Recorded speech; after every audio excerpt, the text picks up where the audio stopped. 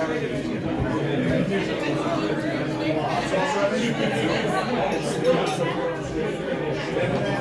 right, that was Tim, ladies and gentlemen. And now we have a poet coming up, a published poet. He's got 5 books. He's online, you can find his books online. His name is Dave Fredette, and he's going to do a series of poems for you.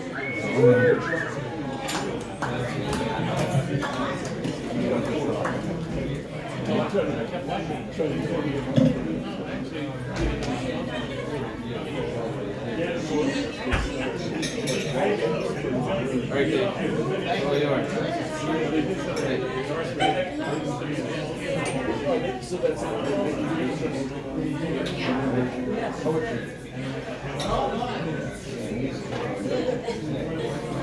Hello everybody, welcome to MJ Downlinks.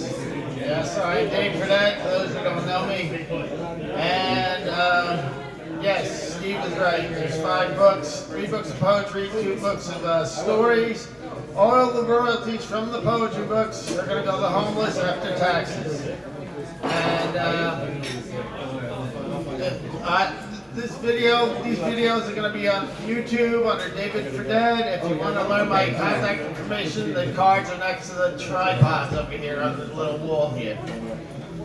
Anyway, so I'm going to recite 16 poems tonight.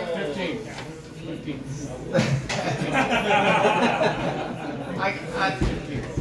I'll do 16 this week and 15 next week, maybe. Alright. Alright, this is shaking me up. Alright, first poem we're going to do is called Winter. And it goes, cold is the absence of heat.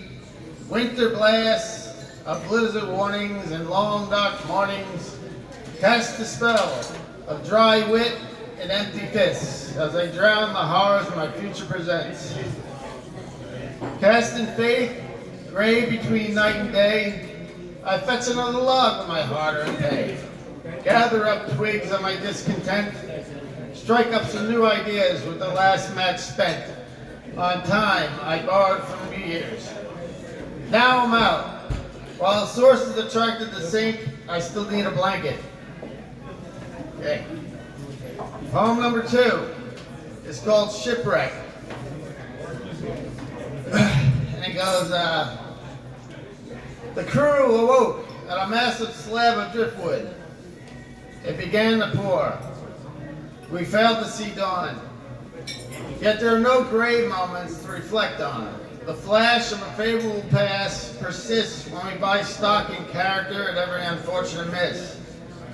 Brighter days may prevail again, and frequent praise for the individuals, those strong beings who got us there, should be paramount to oneself.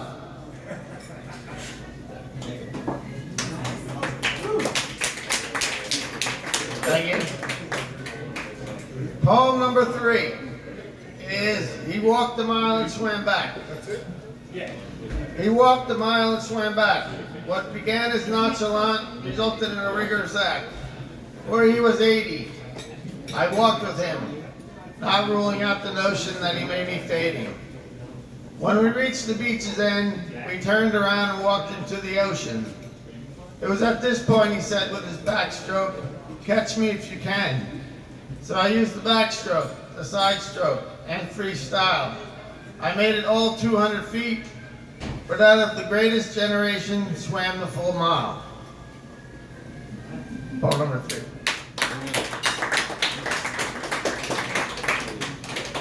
Poem number 4. Once again, I didn't write this poem, but it is an old saying that all midshipmen and cadets have to learn in the maritime industry, as well as the Navy Academy. It goes, how long have you been a sailor? So ask me, how long have I been a sailor? How long have you been a sailor? Sir, all my blooming life, sir. Me father was King Neptune. Me mother was a mermaid. I was born on the crest of a wave and rocked in the cradle of the deep. My eyes are stars, my teeth are spars, my hair is hempen seaweed. And when I spit tar, I stuff, I am, surf. Poem number 4.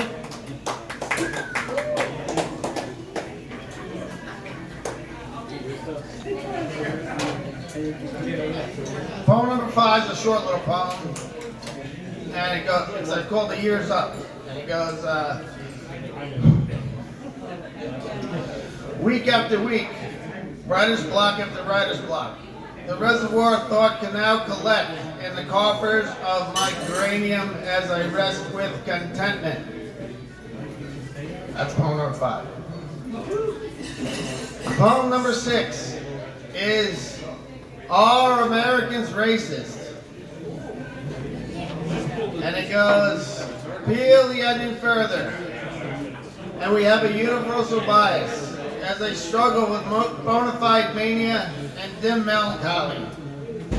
I still have inalienable rights, like low-income housing and disability bennies. But yours truly can be committed at the toss of a lighter. $1,200 later, eggshells support my tiptoe around constant scrutiny and a table book of jobs. So, bias doesn't stop at race. It's in gender, health, sexual preference, as well as creed. We all have our mountains to scale. Ignorance gravitates some masses back to race camp, while others overcome with the oxygen of our Creator. Just breathe.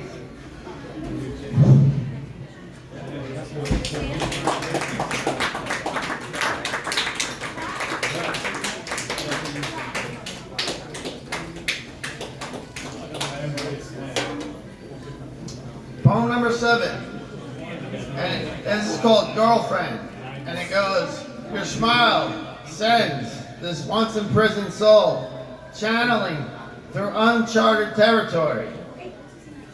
Your kindness keeps my once throbbing lonely heart off the rocks of complete destitution. Your love fills my once skeletal life with some meat to chew on. Your ass cures this once seaman's curiosity with a great bucking.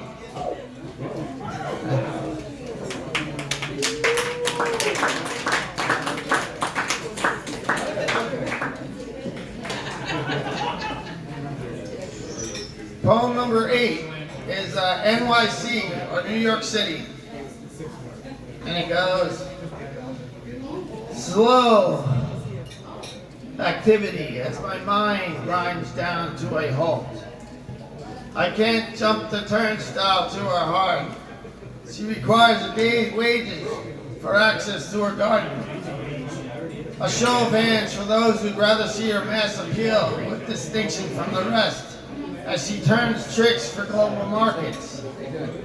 Nature hates a void, hence the big Granny Smith is a whore, but I love her.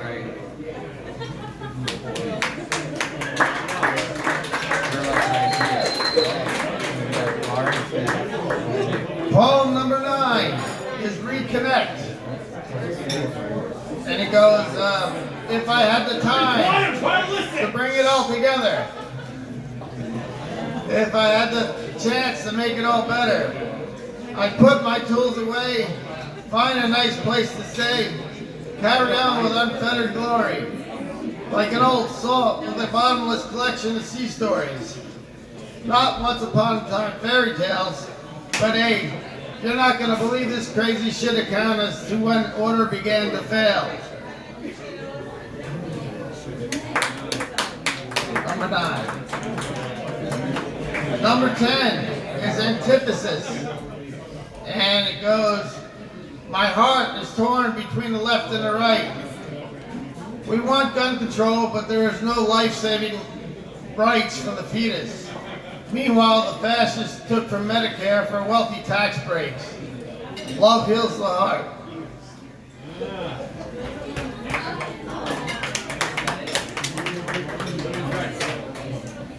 Okay, poem number 11 Untitled, but it's in my storybook, Walking Faith You Eat When You're Hungry, the Jesuit on Steroids. And he goes, take some seeds, there may be a breeze. But sure, a few take root. The bloom is the truth. Leave now, it's worth the plow.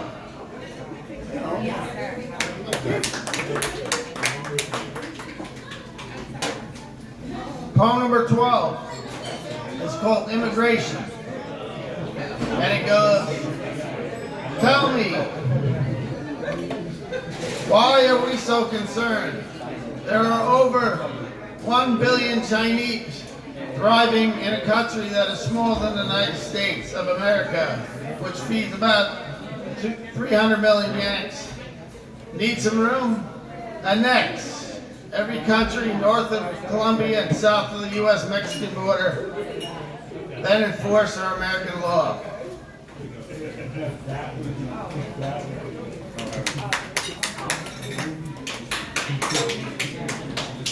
Poem number 13 is Cruise, otherwise known as Summer Sea Term at SUNY Maritime College. And Cruise goes, the rapid percussion of needle guns, shrieks of scraping rolled steel, chipping hammers pecking an impatient rhythm as the bulkhead loses its appeal. Mugs, are you thirsty, howlers? Yes, Chief, they scream. Then swallow your spit. And 10 laps around the Azores they have the steam. No Portuguese beauties for the night. Land will always be in the starboard line of sight, much further than one can reach. There's still toes fastened to the lights of Steel Beach.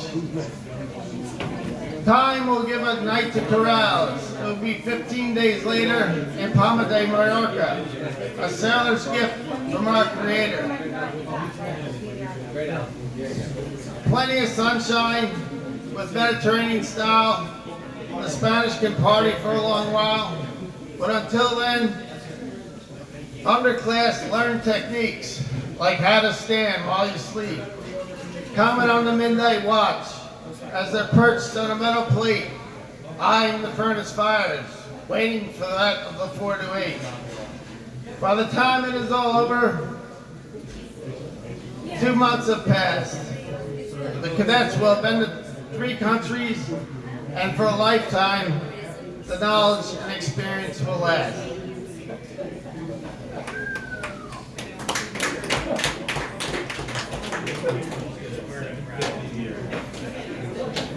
Poem number 14 is Harts Cove. Harts Cove is in the Merchants Bay and it's a bit muddy. And it goes, oh body, would your surface so calm? I float motionless as the tide of thoughts leave my haven of fond and distant memories.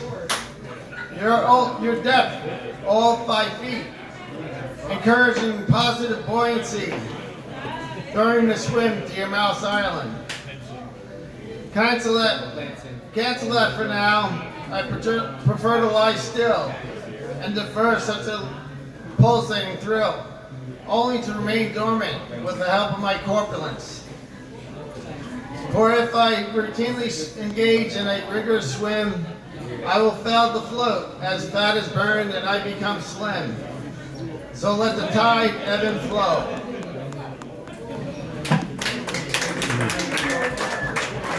Do one more, man. We got to get the music moving.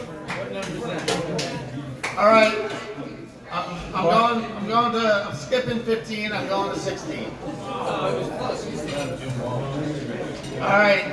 This is a new poem I came up with. I published it, and it's called Basic Steam Cycle. This is a bit esoteric.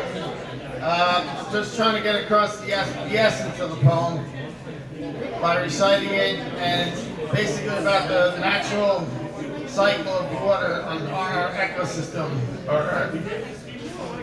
And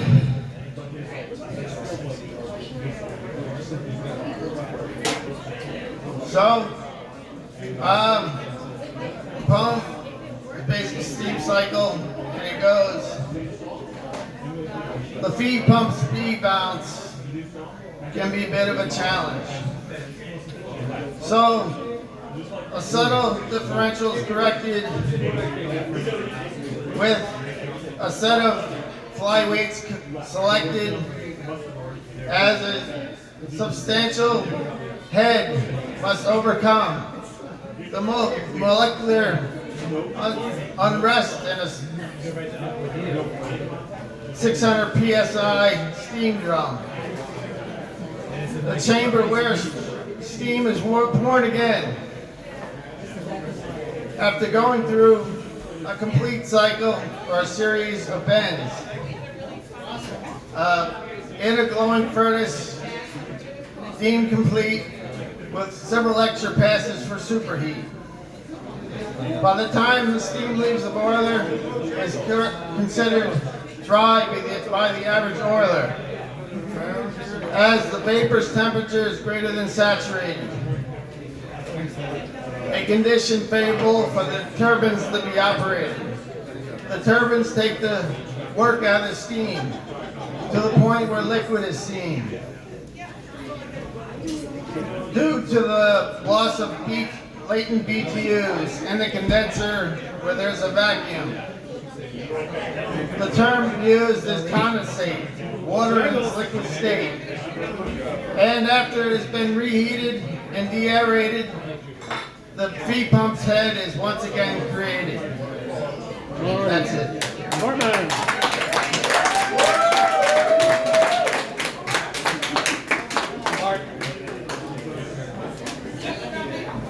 Okay, that was Dave Fredette, ladies and gentlemen, local poet.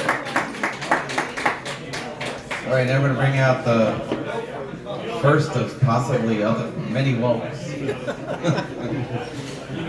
The Wolf Tribe. We're gonna walk on the wild side tonight. Oh, I heard fun of that.